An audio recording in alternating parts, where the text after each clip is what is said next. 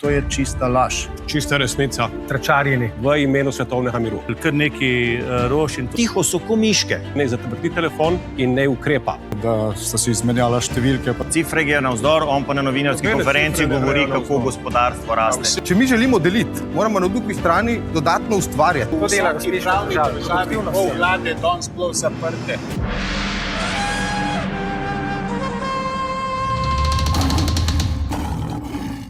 To je bonus epizoda podcasta Tedenski safari. Komentar gospodarskega soočenja predsednikov strank na Pop TV. Vodil ga je Uroš Slak, Peter v Kranju, ne?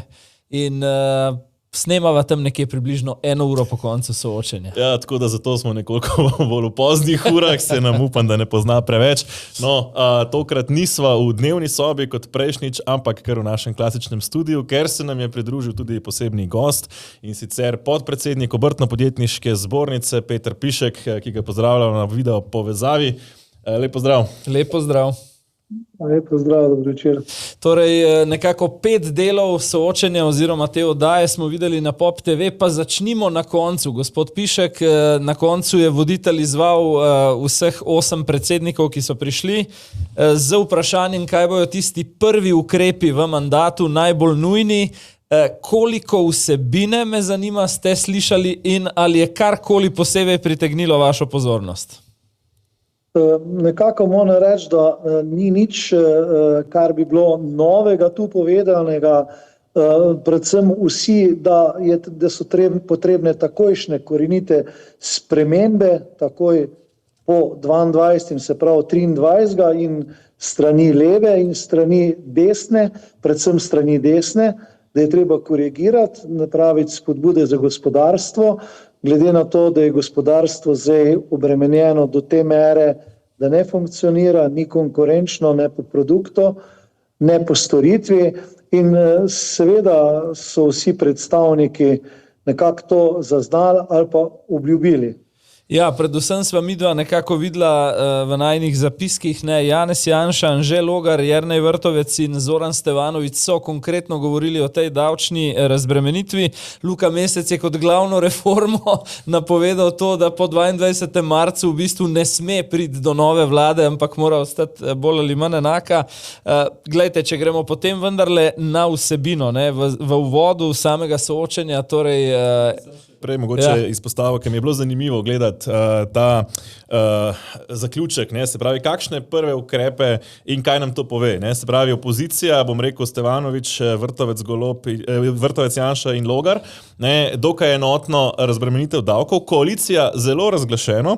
Torej, Golob prodaja ta svoje, v prvem mandatu smo skrbeli za šibke, v drugem bomo za gospodarstvo. Jaz, glede na to, da so vse počeli kontra gospodarstvu v prvem mandatu, močno dvomim, da bodo zdaj kar 180 stopinj obrnili smer in zdaj pa kar naenkrat poskrbeli za SP-ovce, poskrbeli za dvig plač, za razbremenitve in tako dalje. Han, klasičen Han, ne, se pravi, da je treba pomagati gospodarstvu, da preživi, ampak s subvencijami, zato rabi država tudi denar, se pravi davki.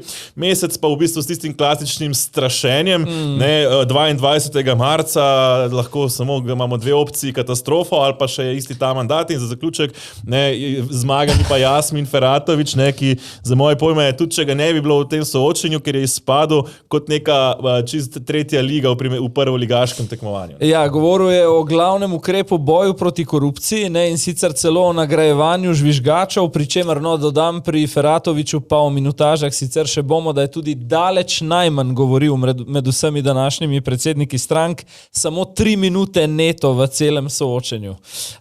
No, zdaj pa, gospod Pišek, ker ste vendarle tudi avtoprevoznik, ne? Na začetku smo poslušali torej o vojni oziroma napadu Izraela in ZDA na Iran, posledično energetski draginji oziroma krizi, ki morda še ni povsem očitna, pa pride tam nekje za vogalom. Povejte mi, zelo na začetku smo že videli en duel med Janšo in Golobom, ki ga bomo pokazali, kjer je Golob skušal to spet speljati na polje ideologije, torej zavezniki Trumpa, Trump kot je enako Janša. Ste tam videli kakšne konkretne nastavke ukrepov? Danes je bila seja vlade, ne, kjer so se trošarine znižale, torej na kratek rok še ne bomo občutili draginje, pa vendarle. Vas je tam kaj navdalo z optimizmom, da bomo dobro preživeli to energetsko draginjo? Ja, me ni navdalo, glede na to, da mislim, da v danem momentu nismo ljudje ali pa niso ljudje tu tisti, ki bi lahko na daljši rok odločali v usodi te energetske krize, predvsem na plinu. So tudi sami v vdaji povedali, da imamo rezerve na ničli, ne? Za nafto nekje 102 dni, ne? Jaz mislim, da bo mogla vlada se odločiti v nekih prioritetih, ne? Predvsem tudi v politiki, trošarinski politiki. Danes smo kar do poznega popodneva čakali, kaj se bo zgodilo, kako bo vlada uravnavala derivate za jutrišnji dan, ne? Moram reči, da zdaj dokaj korektno je lahko posegla s trošarinim, ampak v nadaljevanju pa nihče ne ve, kaj bo, kljub temu, da vsi zagotavljajo, da je vsega dovolj, ampak jaz mislim, da v izobilju ni. Če se ta vojna ne bo končala v tednu, 2 ali 3, se zna zgoditi, da bomo imeli težave z naftnim derivatom, s plinim in z vsem skupaj bojo težave. No, ravno v tem smislu mi je zanimivo meni bilo gledati to soočenje, ker celoten mandat, gledamo politiko vlade na področju trošarin za pogonska goriva, ki ustvarjajo cene pogonskih goriv v Sloveniji nekoliko više od nekaterih sosednjih držav. Takrat, ko je nafte dovolj in ko bi lahko z malenkost nižjimi trošarinami v bistvu dosegali, da se črpa, da transport, ki tranzitno potuje čez Slovenijo, in vemo vsi, da Slovenijo lahko prevoziš s polovico tanka, se pravi, nikomur ni treba tankati nujno v Sloveniji, če je bencin v Sloveniji oziroma dizel dražji, da mi ne spodbujamo takrat, ko imamo nafte dovolj, da bi ljudje tankali v Sloveniji, takrat, ko je pa kriza, takrat pa spustimo trošarine, da smo mi najcenejši, da bodo sosedje našo nafto tankali takrat, ko je kriza. Kako razumete to vi? Definitivno je to narobe prav, ne? Na sami Obrtni zbornici Slovenije in sekcije za promet pri Obrtni zbornici Slovenije smo več let poudarjali to, kar ste zdaj povedali, da smo tranzitna država in da ne ponudimo tistega, kar bi lahko ponudili našem tranzitu, nego imamo samo tranzit. Se pravi, da bi mogli imeti pametno cenovno politiko, da bi pri nas tankali in bi polnili z tega proračun. Tu je pa glih obratno in seveda to ni dobro. Je pa tudi gospod Stevanovič omenil davke na nafto, 60-70% pobere država od tega, ne? In seveda bi lahko tu prej, ne zdaj, ker zdaj to ne bo na naše ravaš, da nam bojo sosedi teh 102-103 dni pobrali, obmejno, ker je dosti cenejša nafta. Zdaj v Sloveniji, kot pa je na Hrvaški, mislim, da je cenejša in kot v Avstriji, in zdaj v tem momentu nam ne gre to v našo korist. Vidim, da ste tudi sami opazili Zorana Stevanoviča, tudi midva vmes, ko sva gledala, sva se kar nekaj pogovarjala o tem njegovem aktivnem pristopu. Statistika sicer kaže, da je bil šele 6. po minutaži, ki se jo vzel, vendarle izgledal je nekako ob vseh duelih, Janša Golob kot nek prvi stranski igralec. Predlagam, da zdaj pogledamo tisti prvi duel v oddaji. Spomnim se, da na prejšnjem soočenju v velikem predsedniškem na Pop TV smo do tega prvega duela Janša Golob čakali bistveno dlje, no tokrat smo ga dobili tam nekje na 4. 5. minuti oddaje, pa poglejmo to. Poglejmo. In prav je, da se ustavijo čim prej, ne nazadnje lahko spremljamo tudi civilne žrtve, tudi dekliške šole. Jaz mislim, da tukaj gre res za situacijo, ki bi vsi morali reči dovolj je, in kdor ima prijatelje v Beli hiši, naj zavrti telefon, če jih ima, in naj ukrepa v imenu svetovnega miru.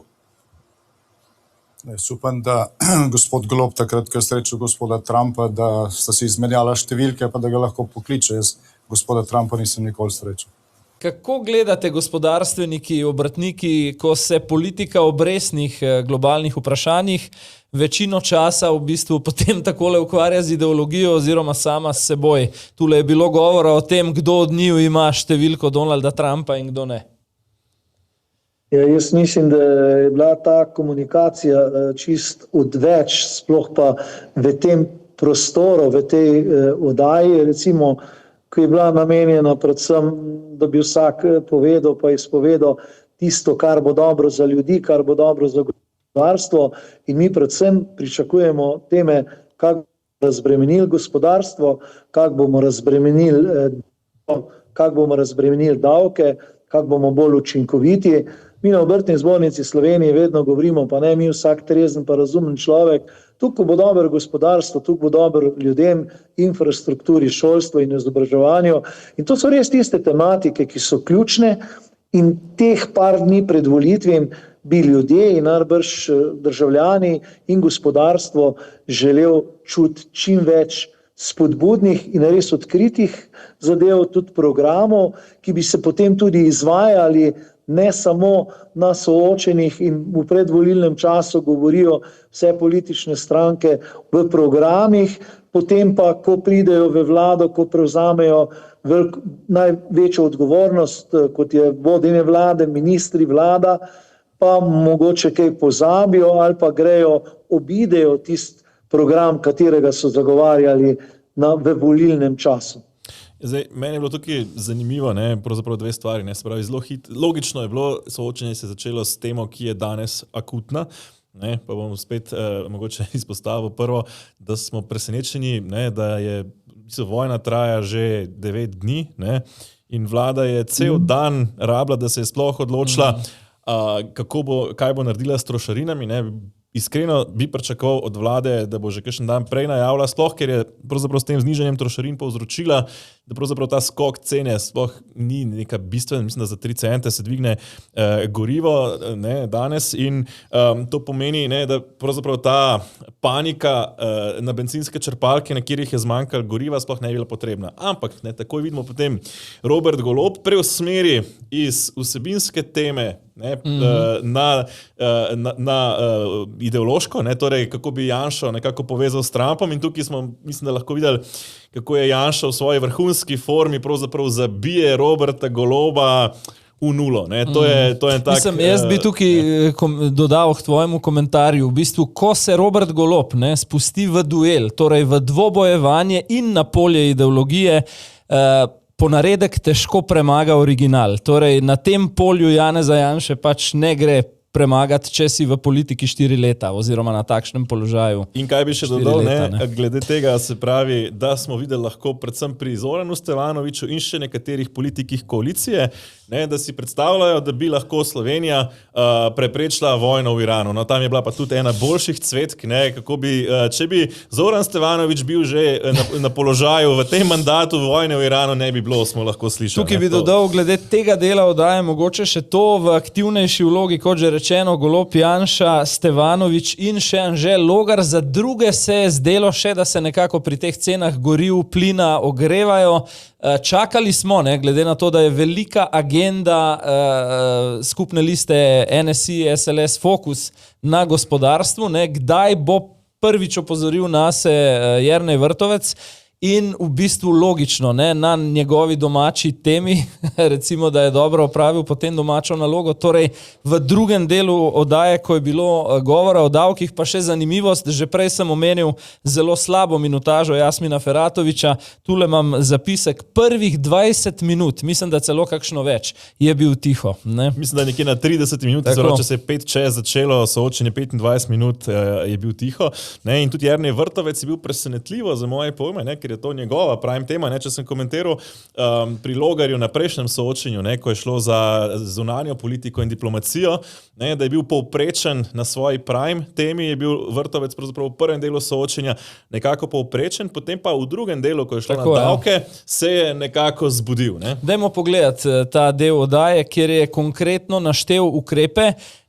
Morda za začetek, se pravi, govoril je tako o dvigu splošne olajšave kot o razvojni kapici, vendar so to tisti ukrepi, o katerih Vrtovec govori praktično na vsakem medijskem nastopu. To, kar sva izbrala v nek ta izsek, pa je nekaj, kar po mojem še ni bilo slišano v tej kampanji. Poglejmo si tole še. V NSI-ju, SLS-u in Fokusu predlagamo prvič uvedbo tako imenovanih davčnih pavšalov za določene storitvene dejavnosti, kot so gostinski lokali, frizerski saloni, kozmetični saloni, z zaslužkom do 350.000 evrov na letni ravni, obdavčitev 5%. Normiranci, dvig na 150.000 evrov in tudi na drugi strani nižji davek od dohodka pravnih oseb, se pravi podjetje, ki ustvari do 1 milijon evrov, ne bo obdavčeno z 10%, tako kot je to na Hrvaškem, ne pa da se nam potem podjetja selijo nazaj na Hrvaško. Glede, še ena stvar, ki je pomembna. Gospod Mesec je omenil Finsko. Jaz bi rad imel v Sloveniji ljudi, kjer bi bila povprečna plača enaka, kot je na Finskem. Najvišjim menedžerjem ne bomo zmanjševali davčnih obremenitev, zaradi tega, ker je to nepotrebno. Moramo pa znižati davčno obremenitev tistih nekje med 2 povprečnimi plačami pa navzgor. In imamo satelite, ki nam vsi zavidajo. Ko poslušamo Roberta Goloba, je tako, kot bi poslušali Donalda Trumpa. Cifre gre navzdor, on pa na novinarski konferenci govori, kako gospodarstvo raste. V Singapurju nihče pred volitvami. Samo malo, gospod Stevanović, gospod Logar je pri... Vlada je v tem mandatu maksimalno obremenila in vse, kar je naredila, je delala pol reforme. Najprej mogoče glede Finske res je zanimivo. Luka Mesec je začel s Finsko, želel na koncu še končati s Finsko. Imel sem občutek, da Luka Mesec kandidira na parlamentarnih volitvah tam v Helsinkih nekje, ne pa v Ljubljani. Sicer pa bolj resno, sami ste rekli, gospod Pišek, v celotnem soočenju in z vašo oceno moram reči, da se strinjam, zelo malo izrečenega konkretnega, sploh pa konkretnega o prihodnosti in ne preteklosti. In tule je bilo bolj ali manj v nekaj minutah skoncentrirano pri Jerneju Vrtovcu, nekaj še pri Anžetu Logarju. Morda samo za kontekst, da nekako odprem ta del razprave o davkih. Sem si pripravil par podatkov. Se pravi, 2008 je imela Slovenija 92% povprečnega BDP na prebivalca Evropske unije, 2024 91% povprečnega evropskega BDP per capita. Kaj nam to pove? 16 let bolj ali manj stagniramo. Zraven za primerjavo, da nam bojo metafore bolje stekle, Poljska 2008-2024, če bi tekli z enako hitrostjo kot Poljaki, bi bila danes povprečna slovenska plača 3300 evrov bruto, se pravi približno 570 evrov na mesec višja kot je, oziroma na leto slabih 7000. Minimalna plača bi bila danes 1250 neto, se pravi kar občutno višja, kot so jo pred kratkim dvignili. In zdaj zame šokantni podatki. Kar se hitrosti napredka od 2008 do zdaj tiče, Poljaki 18krat hitreje od Slovenije, Hrvaška 15krat hitreje od Slovenije, Češka 9 do 10krat hitreje. In še mogoče za naprej istočnica, ob predpostavki 3% gospodarske rasti v naslednjih letih, govorim pa 2026 do 2030, bi si lahko privoščili davčno razbremenitev v višini 2,4 milijarde evrov na leto, medtem ko se danes Luki Mesecu zdela milijarda letno nezaslišana številka. Gospod Pišek, po mojem boste imeli zdaj kaj zapovedati. Ja, jaz mislim, da je to vsakmu laiku jasno, kje smo, da smo nekje zavozili, da nas po levi in desni vsi prihitevajo, tudi naša soseda Hrvaška, zato ker nismo ustvarili pogojev za konkurenčen razvoj našega gospodarstva. Tudi tako je gospod Vrtovec povedal, da mora biti kapica, da se mora narediti kapica tam na 7,5, dohodninska lestvica na 8,5, kar je tudi gospod Janša, gospod Logar, vsi so tu pritrdili, in da je delo potrebno razbremeniti. Ne moramo mi primerjati plače učitelja pa menedžerja na banki, primerjati te plače, tako je gospod Mesec želel to primerjavo uvesti in zavajati ljudi. Mi moramo plače razbremeniti tiste, ki so od 3 pa tam do 5000 evrov po vzoru Avstrije, Italije ali pa na koncu Hrvaške in seveda ustvariti te pogoje. Se pa primerjati z Finsko, pa mislim, da ni dobene povezave in da je to zavajanje ljudi, gospodarstva ekonomistov, pa še koga, kar je Mesec predstavil, ne drži. Skratka, definitivno je zadeva, kot jo je predstavil gospod Vrtovec, to pa je ena od zadev, ki pa je pogled na jutri, ne. 350 tisoč pavšala na Obrtni zbornici Slovenije, že to govorimo zadnjih par let, da ne bom rekel desetletje, s tem bi zmanjšali tudi administracijo, birokracijo, javno upravo in tudi milijon, to ima tudi Hrvaška do milijon, ima 10% davek in s tem bi država kot taka, ekonomija, gospodarstvo zadihalo in seveda lovili bi lahko tempo s tem državam, ki so bile daleč za nami in so nas zdaj vse daleč prehitele. Zdaj, kar je meni zanimivo bilo, ne, pri tej Finski, ne, ker to Mesec ni tega prvič omenil, že vsaj na enem izmed prejšnjih soočenj je to Finsko omenil, čeprav ne tako zelo veliko. Jaz sem šel malo gledat, ne, Finska je specifična država, torej Finska je ena redkih držav, oziroma edina država v Evropi, ki ima težave, kljub recimo nekim dobrim ukrepom in te težave niso posledica teh ukrepov, kot pravi Luka Mesec. Finska ima pač smolo z geografsko lokacijo ta trenutek, ne, kot prvo zaradi energentov, pač do začetka vojne v Ukrajini je zelo bila odvisna od ruskih energentov, torej poceni ruskega plina, ki so ga dobili, ki so ga po začetku invazije na Ukrajino pač prekinili in imajo zdaj bistveno dražje energente, kot so jih imeli, torej je to prvi udarec njihovemu gospodarstvu in drugi udarec. Finska ima, mislim, da dobrih 1000 kilometrov meje z Rusijo in se pač temu primerno, glede na situacijo geopolitično, ne, precej močno oborožuje, ne, v zadnjem času in v sklopu vsega tega, ne, je treba razumeti, zakaj konkretno ima Finska nekoliko več gospodarskih težav in nekoliko večji dolg, recimo v primerjavi z drugimi državami po Evropi. Ne, neko podobno situacijo recimo imajo tudi do neke mere baltske države iz istih razlogov kot Finska. Tako da je to primerjanje Slovenije s Finsko ta trenutek drastično zavajajoče, pravzaprav celo kriminalno. Ne? Jaz bi pokomentiral še Roberta Goloba in sicer vidno je bilo v tem delu oddaje, ko je bilo govora o davkih, davčnih stopnjah, kako je dejansko Luka Mesec, ki sta ga oba omenila, posodil za 4 leta ta svoj davčni program tej aktualni koaliciji. Zakaj, ne? Ko je Robert Golob bil tule vprašan po svojih predlogih, je govoril potem nekaj minut o obratnih ukrepih, kot jih je 4 leta sprejemala njegova vlada, naštel jih je kar nekaj v nizu, potem mene šokiral, jaz ne vem, morda Peter, si ti že kdaj v 4 letih slišal za AS oziroma tako imenovano ambiciozno Slovenijo, od kje jo je danes privlekel kot parolo na soočenje, nimam pojma, in potem dodal še, da bomo z nekaj popravki postali evropski tiger.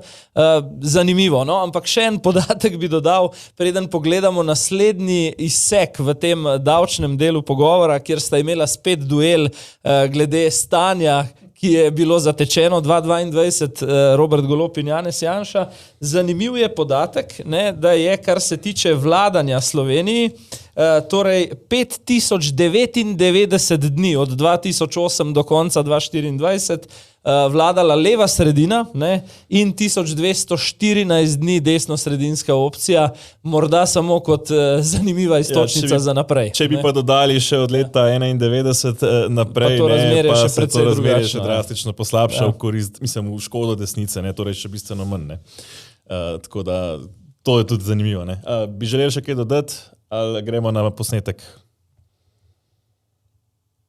Gremo na posnetek. Gospod Golob je rekel, da so dobili državo v katastrofalnem stanju. Ne, to je čista laž. Čista resnica. Po vseh podatkih mednarodne skupnosti so predegljivi. Po mnenju ugledne revije Economist, na podlagi podatkov Eurostata, je imela Slovenija drugi najvišji odboj po covidu, se pravi, smo bili druga najbolj uspešna ekonomija v Evropski uniji. Leta 2020, spoštovani gospod Golob, smo imeli padec nekaj več kot 4%. Leta 2021 smo pa imeli rast 8,4%. To je bil drugi najvišji odboj po COVID-u in po mnenju mednarodnih institucij je bila Slovenija druga najbolj uspešna država in vi ste dobili polne kašče. Seveda. Potem pa je šlo navzdol, potem pa je šlo navzdol. Dolg je bil povečan, to je čista laž. Potem pa je šlo navzdol, lejte, to boste pa vi zapustili naslednji vladi, tukaj je pa gospodarska rast za lansko leto. Moram pojasniti zaradi tega, ker ko se prikaže samo en od stolpcev in to eden od 5, modro je Slovenija, to je pa Evropa. Ko se prikaže enega od 5, zato da se dokazuje, kako je v Sloveniji vse narobe, se pač zavaja ljudi. To je stolpec za leto 2027. Seveda, to so uradne napovedi Evropske komisije za Evropo in za Slovenijo. Vi napovedujete kataklizmo, nihče drugi ne napoveduje razen vas. Če boste vi, napovedujemo kataklizmo. Ja. Torej, gospod Pišek, slišali smo, na eni strani Janez Janša pravi, dobili ste po COVID-u drugi najboljši odboj v Evropski uniji, potem pa aktualni premier, ki pravi, dobili smo prazen proračun in katastrofalno stanje, katero, sicer v obeh primerih govorimo o preteklosti, pa vendar, katero interpretacijo sami bolj kupite? Ja, nekako se nista mogla uskladiti zdajšnji premier pa bivši premier, ampak jaz mislim, da ni to resnica, ko pravi premier Robert Golob, da je dobil prazne kašče. Jaz ne verjamem, ker je bila zelo dobra gospodarska rast takrat in tudi vsi kazalci so tako kazali, tako da tu jaz mislim, da na Pop TV-ju tudi mirijo te izjave, najbrž tele niso merili, kdo laže in kdo ne, kdo ima prav, ampak jaz mislim, da je tule gospod Janša, mislim, da bi trditev bila na strani gospoda Janše. No? Jaz sem na Pop TV-ju je vmes bila merjena izjava in sicer v rubriki Dejstva so ocenili Golobovo izjavo, da je dobil 9 milijard minusa oziroma 9 milijard dodatnega dolga ocenjena kot netočna. No. To sem vmes uspel ujeti, tako da očitno so celo v dejstvih pritrdili tudi, oziroma vsaj Goloba označili kot netočnega. Ne. No, potem smo šli v naslednji del oddaje z prisluhi, ne, oziroma Morda še to, no, ker smo še pri tem rasti. Ne. Zdaj, dejstvo je, ne, če pogledamo, res da zaradi COVID-a se je skrčilo gospodarstvo leta 2020 zaradi zaprtja za 4%, potem je 2021 naraslo za več kot 8, ja. Kar pomeni efektivno, torej 4. Ne, kar ni primerljivo s tem, kar smo videli potem kasneje pod Golobovo vlado. Ne, celo drži, ne, da smo bili drugi najboljši po oceni evropskih institucij in raznih revij, kot je Economist, ne, po odboju iz COVID-a. In pa še ena razlika se mi zdi opazna. Ne, konkretno Janševa vlada se je zadolžila za to, da je pomagala gospodarstvu prebroditi pač najtežji del epidemije, ko je bilo gospodarstvo zaradi epidemioloških ukrepov zaprto. Torej, takrat smo se po ničelni oziroma celo negativni obrestni meri zadolžili za to, da smo premostili krizo. Ne. Zdaj smo dvignili davke in kljub temu ustvarjamo mejni, ne, torej smo na meji proračunskega primanjkljaja ob polni zaposlenosti praktično, torej v času, ko bi morali delati plus, da shranimo neke rezerve za krizne čase, smo dobesedno na tistem skrajnem robu, ki ga Evropska unija še dovoli za proračunski deficit, torej vsako leto ustvarimo v zadnje čase nekje 2 milijardi minusa. Ne? Ja, šli smo, mislim, da do 40% višji proračun na strani porabe, ne, kot ga je dejansko vlada Roberta Goloba nasledila leta 2022. Ja, in to v času helikopterskih ukrepov med COVID-om. No, ne vem, kako ste vi to videli, no, gospod Pišek, mogoče? Ja, jaz mislim, pa ne jaz, vsi obrtniki, podjetniki, gospodarstveniki, tudi če poslušate, kdaj je gospoda Brodnjaka, vsi govorimo, da lahko trošimo tu, kukor ustvarimo. Nikakor ne moramo več trošiti. Ne? In zdaj z dvigom plač v javni upravi, z dvigom minimalne plače, z dvigom socialnih transferov in še z takšnim zadevim seveda ne delamo v korist proračuna države, ampak se prekomerno troši in seveda tu je ta milijarda pa pol, 2 milijarde minusa, in v gospodarstvo takšnega poslovanja ne poznamo. Jaz vem, da javno upravo in gospodarstva ne moremo glih primerjati, sam pri potrošnji pa seveda in mi na zbornici, obrtni zbornici, še enkrat ponavljam, govorimo vedno, lahko trošimo toliko, kolikor ustvarimo. In ne samo mi, tudi priznanje ekonomisti in še kdo. In čist zdrava kmečka logika govori prav tako. Potrošiš lahko toliko, kolikor ustvariš. Zdaj, na tej temi sem jaz še eno zanimivo, bom rekel, eno veliko razliko med dvema poloma opazil, ne. Na eni strani smo videli logiko Matjaža Hana in Roberta Goloba. Torej, Matjaž Han pravi, kriza prihaja, država mora intervenirati, zato potrebujemo denar in zato potrebujemo visoke davke.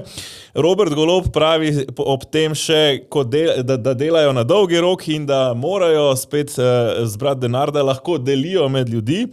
Na drugi strani Anže Logar in Jernej Vrtovec, ne, torej pravita, 4 leta se je tolklo po podjetnikih in obrtnikih, ne, država je v katastrofalnem stanju, dodaja še Janša in Logar se sprašuje, torej poglejmo, kaj gospodarstvo pove o tem mandatu oziroma o teh dveh logikah, pa me zanima še to mogoče. Ja, tukaj bi sam še dodal, preden gospod Pišek nadaljuje, meni je tule v tem kontekstu pri vseh pravzaprav izostala debata o reformi javnih zavodov, o tem krčenju javnega sektorja, ki se že 15 let izključno bohoti, nismo slišali praktično nič, smo pa znani po izjemno nizki produktivnosti javnega sektorja.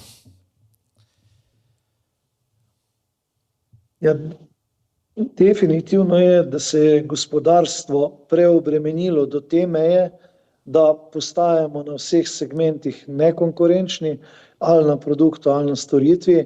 In seveda ta tempo je treba obrniti, takoj 23. z nastopom nove vlade in je treba razbremeniti in seveda dosti je teh slastičarn, teh delitev, nekih nagrad, nekih spodbud. Tudi mislim, da je Jernej Vrtovec povedal, da smo socialna država, da tisto ne more delati, ne dobi podporo, tisto je pa sposoben delati, pa ne gre delati, ne gre ustvarjati in seveda ne moramo dvigovati plače v javni upravi, socialne transfere, gospodarstvo pa obremeniti do te mere, da je nekonkurenčno. To je na kratek rok in to sigurno ni dobro, ne za družbo, ne za državo, ne za gospodarstvo, ne, sploh pa ne v izjavi, ki je bila tudi dana kdaj, da se naj optimiziramo v tujini. Kot davkoplačevalci, kdo bo pa plačeval potem davke v naš proračun, če bomo mi šli v tujino. Ja, ravno tukaj sta... Optimizacijo Bosno, Hrvaško, ne vem, pa še kam.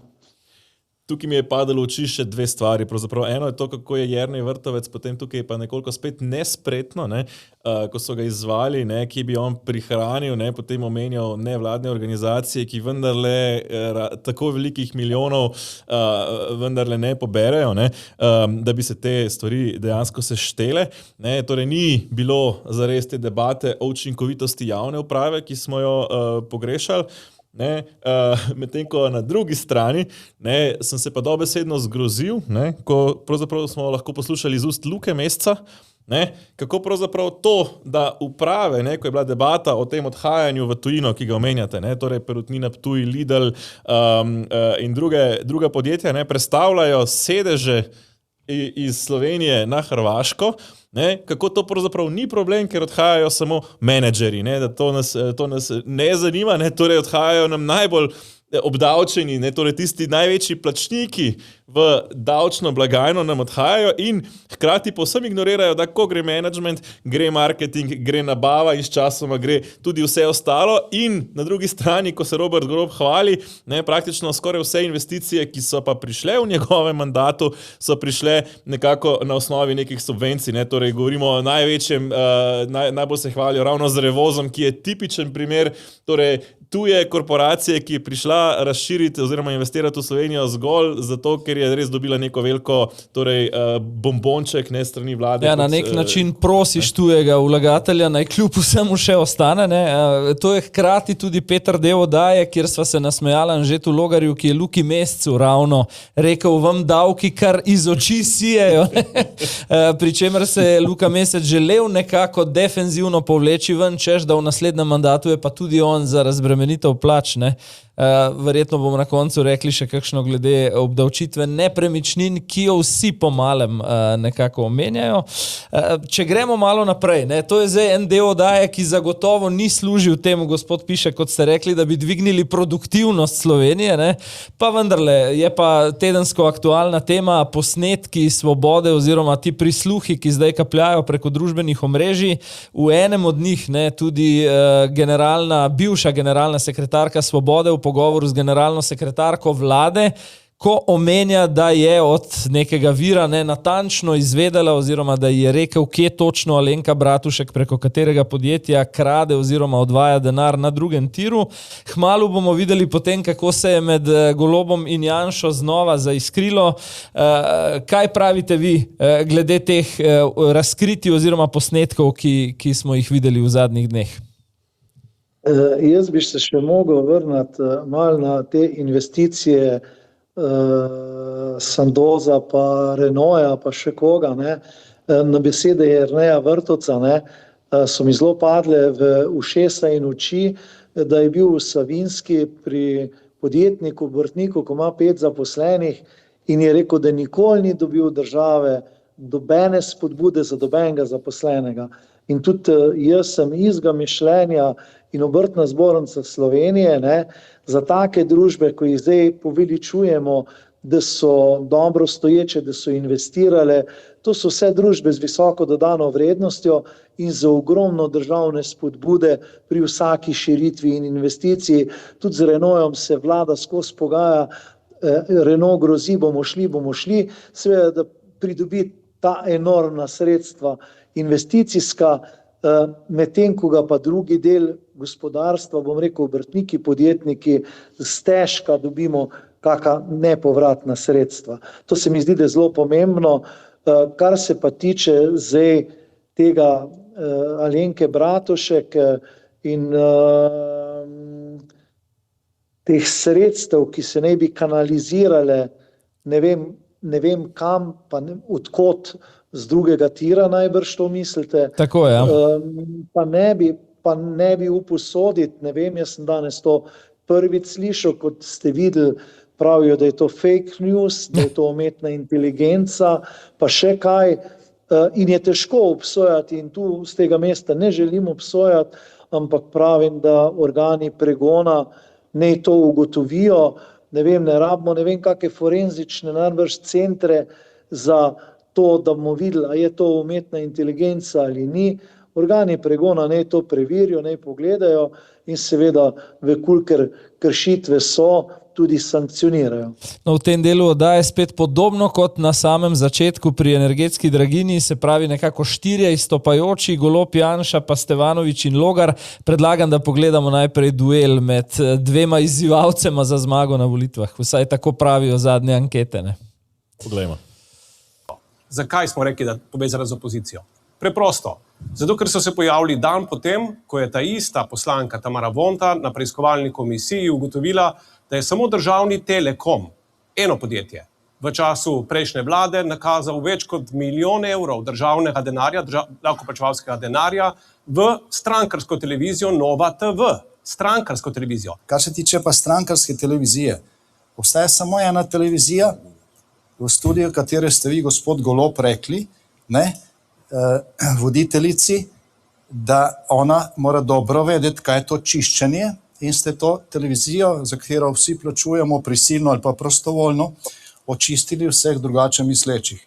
To je edina strankarska televizija v tej državi. Ne, vi ste bil lastnik televizije lastne, tako da to je čista laž, kar govorite. Ta debata, nekako je bil pač izzvan, ne, Golob strani Janše glede medijev, tule ne vem, kako vidva opažata, pa vendarle zdi se mi, da Golob v 4 letih, ne, ob vseh obljubah, ki jih je dal 2022, ravno na področju neodvisnosti institucij, svobode medijev, nekih demokratičnih standardov in podobno, ni izkazal do konca mandata nič lepšega ali pa bistveno drugačnega odnosa do tega. Tudi pred kratkim smo govorili kot o veliki temi v bistvu o prestavitvi oziroma nekakšnem ukinjanju oddaje Tarča za čas predvolilne kampanje. To je bilo dejansko neko obmetavanje dveh, ne, ki si težko pripneta kakšno medaljo za svobodo medijev, vsak na svoji strani. Ne. No, morda bi dodal tle kot zanimivost, ne, Robert Golob pravi, da je to opozicijska manever. Ne.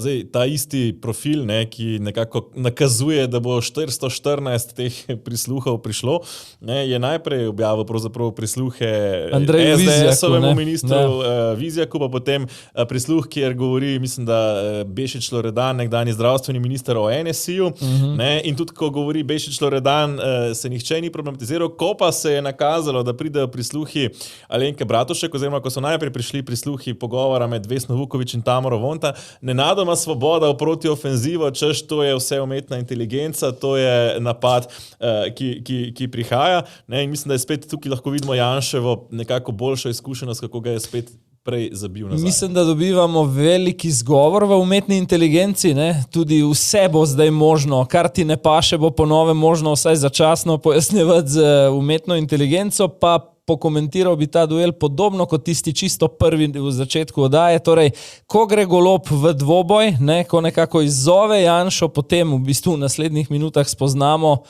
kaj je to razmerje 30-4 v letih na nekako v prvi politični ligi. Ne. Kaj pravite, gospod Pišek?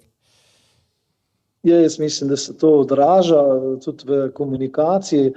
In kot ste že sam povedal, ne, v zadnjem obdobju, kar se RTV tiče, pa te Tarče, mislim, da je bila toliko očitna, da jo ne moreš prekriti, tudi ne z umetno inteligenco, glede na to, da so sodelavci od Erike Žnidaršič jasno in glasno povedali, da niso bolani, to, kar je bilo opravičilo, da Tarče naj ne bi bilo, ne, in Tarča je kar šepava bila v zadnjem obdobju, ne, bom rekel, raziskovalna oddaja, ne, in mislim, da kjer je dim, je tudi ogenj, ne, kar se pa tiče izkušenosti, pa ste sami tudi že povedali, pa najbrž so tudi to gledalci videli, da pač ima pa kilometrino gospod Janša dolgo v politiki in da se zna temu primerno tudi obnašati in tudi komunicirati. No, zdaj, kar zadeva ta del oddaje, ne, če smo rekli pri davkih, da je nekako potegnil iz povprečja Vrtovec in se potem velika večina replik pravzaprav nanašala na njegovo izvajanje, je bil tule zelo močen Anže Logar, ki je znan kot politični brand iz svojih preiskovalnih komisij oziroma konkretno tiste o iranskem denarju na NLB. In poglejmo, ne, kako je on v bistvu tu spretno izzval ne Goloba, kamor je zaradi razkriti teh posnetkov nekako najbolj očitno letela puščica Janeza Janše, ne, pač pa je tule potegnil iz omare oba koalicijska partnerja Luko Mesca in Matjaža Hana. Vprašanje je, kaj bi od njiju na to temo sploh slišali, če jih ne bi izzval Logar, ne. Poglejmo, kaj smo za moje pojme eden bolj šokantnih pravzaprav klipov, ki jih pokažemo v tej analizi. No? Ja, poglejmo. Ja, zdaj jaz bi tudi predlagal, da istovetnost teh posnetkov preveri policija, pa bomo pol videli, se je v njih vredno pogovarjati ali ne. Bi se pa vrnil na gospodarstvo, ker se mi zdi pomembnejš kot tole tračarjenje, ki smo ga zdaj načeli. Tretje vprašanje je za koalicijske partnerice. Ja, tiho so ko miške. V bistvu imamo eno eklatantno politično krizo, pa nihče od koalicijskih strank si ne drzne niti besedice izpostaviti predsednika vlade, kaj se gre ministrico ali se distancirati od ministrice. Oprostite, to je prvovrstna politična drama, ki jo sedaj le spremljamo in meni manjka odziv predsednika vlade, Ga bomo in dobili. ministrov koalicijske partnerice in še upam, da teh prisluhov niso poslali na NPU, ki ga vodi osebni prijatelj predsednika vlade. Mi smo Socialni demokrati, se ukvarjamo z pozitivno kampanjo. V 2 dneh smo za naše ženske razdelili kar nekaj rož in to že leta in leta, ne samo takrat, ko so volitve. Pokomentiral bi dvoje. Ne? Tole je bilo predvsem sajenje rožic strani Matjaža Hana. Mislim, da če ste hkrati in poslušali, kaj govori, in gledali izraz na obrazu, ko to govori, torej o pozitivni kampanji in o naglih, ki so jih delili, ste opazili lahko, da človek niti samemu sebi ne verjame. Slišati je usporedno, ne, ob takih izvajanjih, predvsej nekarizmatičnem nastopu, kot je to v ozadju. Slišimo, da v SD-ju zaradi zadnjih anket je panika, da ocenjujejo, da jim v finišu kampanje ne kaže dobro. Ne. Sprašujem se, ali takšen nastop lahko kakorkoli pripomore k dvigu rejtinga.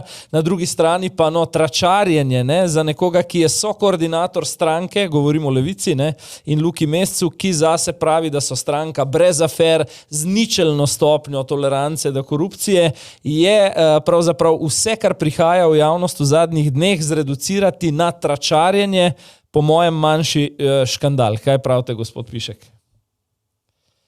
Ja, jaz mislim, da je gospod Logar postavil kar pravo vprašanje ali pa izval koalicijske partnerje, da bi naj podala vsak svoje mnenje na to. Oba sta se pa dobro izvlekla, eden z šopkom cvetja, drug z svojo nevednostjo. Skratka, jaz mislim, da to ni na mesto in da to najbrž ne bo nagrajeno se strani volivcev na volitvah. Kot ste že sami povedali, ne, je bilo to medlo, nejasno in bom rekel čisto politično. Odgovor je šel čisto v drugo smer. Ko je Luka Mesec slišal tisto tiho ste kot miške, ne, mu je vidno padla energija. Tako je, ne. Mislim, kar je bilo meni zanimivo. Ne. Luka Mesec je celotno soočenje pravzaprav vlekel iz gospodarstvenih tem na ideologijo. Samo tule, ne. Tukaj, ko pa pač je bilo jasno, zdaj, morda ne paše toliko ta tema v gospodarsko soočenje, ampak enostavno Pop TV si ni mogel privoščiti tako eklatantne politične teme, ne, tako elitne.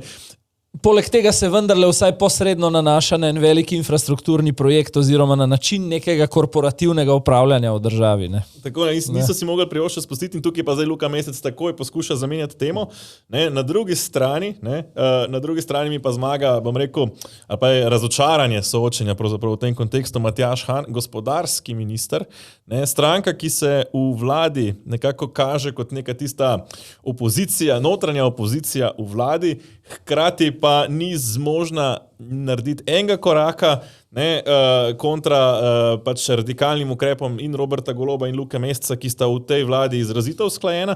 Ne, torej imamo gospodarskega ministra, ne, ki niti ni zmožen recimo obsoditi takšnih pač, ne, informacij o krajah, pri čemer tudi sicer kapljajo informacije o tem, da naj bi Alenka Bratušek in njen državni sekretar na ministrstvu, ne, bila pač zelo aktivna, ne, pri kanaliziranju javnih sredstev, če uporabim ta izraz, ne, torej, da tega niso sposobni niti tik pred volitvami obsoditi, ne, se mi zdi pa kar eno tako razočaranje, posebej, ko govorimo o gospodarskem ministru. Me zanima mogoče še vaš pogled, no, ravno na gospodarskega ministra, ne, torej, kako ste videli z vidika gospodarstvenika ravno Matjaža Hana, morda ne samo v tem deljenju nageljno, ampak tudi sicer, ne, čudi me vedno ta dihotomija, ko gledamo Matjaža Hana, ki na odmevih razlaga, kako je za gospodarske ukrepe v parlamentu, pa potem nekako ponikne. Še ena dihotomija in sicer gre za drugega najbolj priljubljenega politika po raziskavah, ne, po tem mainstream raziskavah, ki pa, ne, za katerega se ocenjuje,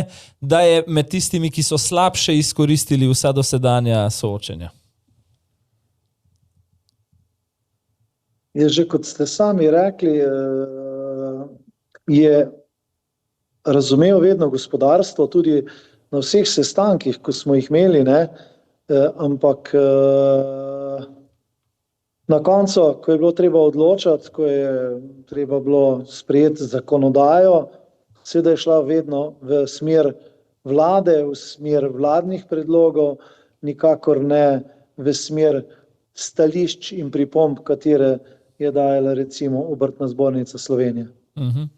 Morda bi jaz ta del oddaje, kar se tiče korupcije, etike, sklenil z enim citatom, ki sem si ga izpisal in me res spomnil na stanje v Sloveniji 2026. Francoski mislec Frédéric Bastiat je patentiral izraz legalizirano ropanje in rekel takole: ko postane plenjenje način življenja skupine ljudi, ki živijo skupaj v družbi, si sčasoma ustvarijo pravni sistem, ki to dovoljuje, in moralni kodeks, ki to plenjenje poveličuje. Pa naj bo na to temo dovolj. Da, sam še, ker je ravno povezan na to temo, pa naslednji video, ki ga bova pokazala. Torej, meni je šokantno, ko pride tak video ven, da ne pade polovica vlade, ki je v tem udeležena. Na to pa je opozoril, bom rekel, pa človek, ki je v tem soočenju po moje najbolj profiteral. Torej, če smo lahko videli neke te duele Janša Golob, ki sta si tokrat nekoliko večkrat skočila, recimo vendarle se 22. marec bliža. Je potem vedno kot takoj tretji skočil Zoran Stevanović. Predlagam, si pogledamo še kolaž dveh njegovih izjav, ki sta tudi navezani pravzaprav ravno na to temo. In dragi volivci, če smo takrat imeli prav, zakaj mislite, da danes spet nimamo prav? Prosim vas, odpihamo te dve krili iste roparske ptice enkrat zavedno in vzpostavimo pravni red v državi. Inovativnostjo, znanjem, industrijsko politiko, kjer bi v vsaki pravni državi pol vlade danes bilo zaprte. Mi imamo tukaj en kup ministrov, prejšnje pa sedanje vlade, ki so vsi popolnoma slepo sledili svojemu vodji, ne glede na to, ali je pohojil stavo ali pa izvajajo neverjetne afere. In tukaj se kaže njihova načelnost in tukaj je tisto, ki resnica prihaja kot nova politika. Zoran Stevanović pravzaprav je glede na to, kolikokrat si je izboril to tretjo besedo ob Janši in Golobu, zame na koncu manjše presenečenje razporeditev minutaže. Te podatke bom na koncu še kumulativno naštel. Sicer pa zanimivi dve istočnici, dve krili iste roparske ptice je rekel, govoril je o Svobodi in SDS-u oziroma Janši in Golobu in obe strani izenačil še, kar se tiče sledenja vodji oziroma voditelju. Tudi on na nek način govori o tem duopolu, je pa, se pravim, na koncu bil nekje v drugi ligi po minutaži oziroma je govoril malenkost več kot Luka Mesec, za katerega smo imeli čisto obraten vtis, da je bil bolj pasiven. Bom jaz dodal tukaj, da Luka Mesec se mi zdi, da Zoran Stevanović obvlada svojo publiko, torej ve, kaj more govoriti, torej on govori nekem temu anti-establishmentu. In je jedrnat. Torej ljudem, ki nekako nobene strani, ki so recimo glavna pola, ne prenašajo. Hkrati je bil meni smešno nekonsistenten sam sabo, izjemni sicer bravure, izjemni nastopi, ki jih lahko zdaj recimo izreže in objavi na socialna omrežja in se bodo dobro gledali, ker so klikabilni in gledljivi. Pa vendar, mi je bilo ironično, ko se je zavzel za, da bi ne zastarala kazniva dejanja in da jih politiki ne bi smeli imeti. Ravno to, Zoran Stevanović, bi tebe vrgle direkt ven iz politike, ker Zoran Stevanović ravno na tem gradi, češ, da je on nedolžen, ker so se mu zaradi zastaranja oziroma ker je pač toliko časa minilo od njegovih obsodb, izbrisale iz kazenske evidence in zdaj lahko nosi naokoli kazensko evidenco, ki je prazna, čeprav je bil dvakrat obsojen. Pa morda še en moj izziv za gospoda Piška, namreč Pop TV se je na podlagi anket Mediane odločil, da Vladimirja Prebiliča nekako odslovi iz te zasedbe 8. Povabili so kot menjavo Jasmina Feratovića, za katerega smo rekli, da je govoril izrazito malo in še takrat nevsebinsko. Kaj pravite, gospod Pišek, ali v bistvu ta odločitev odpira nek nov prostor za rast javnomnenjsko ravno resnici in Stevanoviću, oziroma bolj, da vas vprašam na splošno, kako sami vidite ta razmerja tik na robu parlamentarnega praga? Ja, jaz definitivno mislim, da je to zdaj en velik bonus, en velik plus za gospoda Stevanovića, za gospoda Feratovića glih ne morem reči, glede na to, kar smo videli, njegov nastop njegov, moram reči, da je bil bolj medo, bolj opozicijski, tudi sami ste ugotovili po minutaži, koliko jo je imel, pa tudi po samih razpravih. Gospod Stevanović pa mislim, da kot ste ocenili, je dober izkoristil ta svoj prostor, je pa ne vem razloga, zakaj pa niso tudi gospoda Prebelič. Prebelič je bil pred 3-4 meseci kandidat za mandatarja z podporo, ne vem, 12%, kar naenkrat je to padlo dol. Ne vem, mogoče bi bilo dobro, da bi bil tudi on, pa še enega dodali, ne. Skratka, ta javni nastop definitivno tisti, ki ga zna izkoristiti, je dober za neko politično kondicijo in predvsem za rezultat na volitvi 22. Ne? Ok, če vlečemo neko črto, zdaj sem obljubil te podatke, že nekajkrat gremo tako po vrsti od tistega, ki je govoril največ, do tistega, ki je govoril najmanj. Jernej Vrtovec 10 minut 50 sekund, Golob 10 minut 25 sekund, Janša 9 minut 30, Anže Logar 9 minut 15, recimo do tu, do 4. mesta je po minutaži neka prva liga, potem precej manj Luka Mesec in Zoran Stevanović 7 minut 20 in 7 minut 10, pa potem Han na predzadnjem mestu s 5 minut 15 in Feratović daleč zadaj s 3 minutami nič. Kakšen komentar? Mislim, fantje iz portala zanima.me, škilim v osnutek članka, priznam, ne, so izračunali to, da je bil Vrtovec ob najbogatejši minutaži tudi najbolj vsebinski. Kaj točno to pomeni? Da je največ te minutaže porabil tako za predstavitev lastnih ukrepov kot za kritiko konkurence. Imata morda kakšno misel na vse tole? Jaz mislim tako, ne? Zdaj, pa dajte, gospod Pišek, vi najprej. Ja, jaz sem že prej poudaril, da kar se tiče programa, pa pogled jutri po 22. da je Vrtovec izpostavil te ključne zadeve, ki so za podjetnike, male SP, obrtnike zelo pomembni. Ta kapica in pavšalisti, ne? Kar mi govorimo 350, mi smo govorili skozi 500, ne? Ena skupina, druga milijon, ne? In to se mi zdi, da je zelo pomembno in znal se je odzvati na stanovanjsko politiko. Vse posod pri vsaki temi je on najdel nek svoj predlog, stališče stranke, tudi na en moment je gospodu Mescu podal program stranke in ga poskušal prepričati, ne? Da je le ta njihov program dober, ne? In z tega stališča jaz mislim, da je največ povedal in tudi mi vsi pričakujemo, ljudje, gospodarstvo, da nam bo politika povedala, kaj bomo jutri, mi to pričakujemo, kaj lahko jutri pričakujemo od aktualnih politik in predvsem apel volivcem, da si naj dobro zapolnijo programe, obljube in to tudi pol od vlade terjajo.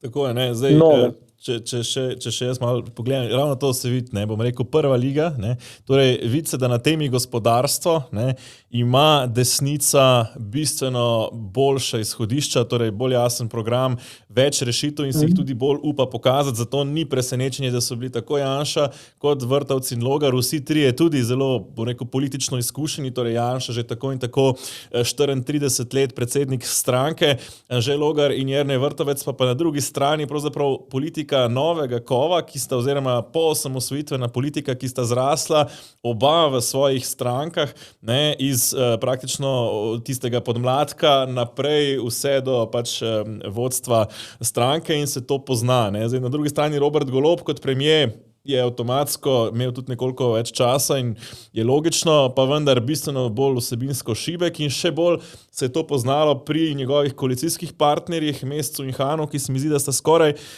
nekako se držala v ozadju v nekem tem slabem občutku, posebej me to čudi pri, recimo, gospodarskem ministru, ne, za katerega bi to morala biti, recimo, bom rekel, prime tema, ne, torej prvovrstno soočenje, kjer bi lahko zaživel, pa ni mogel, je pa res, da pri teh rezultatih vlade, kakršni so, bi težko, ne. Potem smo imeli pa še dva outsiderja, ki pravzaprav, ne, bom rekel, v tako prvoligaško soočenje niti zares ne pašeta, čeprav se je Stevanović nekako uspel boriti, medtem ko gospod Feratović, sem imel včasih že občutek, če bo sploh zvozil celotno torej svojo tezo, ki jo želi, pri čemer so bile te teze povsem nepovezane. Mislim, spomnimo se, najprej je zagovarjal razbitje, razkosanje Petrola, potem je opozarjal na, kako so se vsi omastili z medijskimi projekti Telekoma, ne, in tako dalje. So boj proti korupciji kot prvovrsten gospodarski ukrep. Tako da to, recimo, on res, mi zdi, tukaj se je videl ta neka čist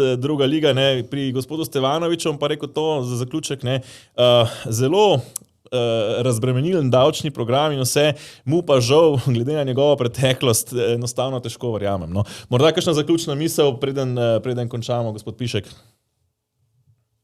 Ja, definitivno je misel, da želimo, da dobimo eno dobro, trdno, stabilno vlado, ki bo razumela gospodarstvo, podjetništvo, obrtništvo in ustvarila pogoje za lepši jutri. Jaz bi samo še dodal, da glede Roberta Goloba na splošno, zdi se mi, da finiš volilne kampanje po 4 letih mandata pričakuje nekako v slabem psihofizičnem stanju. Res pa je, in tu bodimo korektni, da ima kot tisti, ki brani pozicijo oblasti, nekoliko bolj defenzivno oziroma težjo vlogo že v samem izhodišču. Še bi še ob takih vrhunskih rezultatih, ko pravzaprav mora na grafih kazati projekcije za prihodnost, zato ker je trenutno pač ta je bila ena bolj lovskih, tako neugodna za predstavitev. Ne. Tako da bom rekel tako, zaključek, gospod Pišek, iz vaših ust v Božje ušesa, kot pravijo, oziroma v misli volivcev, kakorkoli, da se pametno odločijo. Upamo, da smo s to analizo tega velikega soočenja na Pop TV nekako uspeli dati še neko novo luč gledalcem, ki to gledajo, ne, in jim želimo vse dobro pri odločanju na volilno nedeljo. Tako, tudi od mene najlepša hvala gospodu Pišku za čas. Ura je zdaj že pozna, mislim, da smo tu enotni. Ne, da razen tebe, Petar, ki te čaka še objava tega posnetka, gremo drugi počasih počitku. Ne.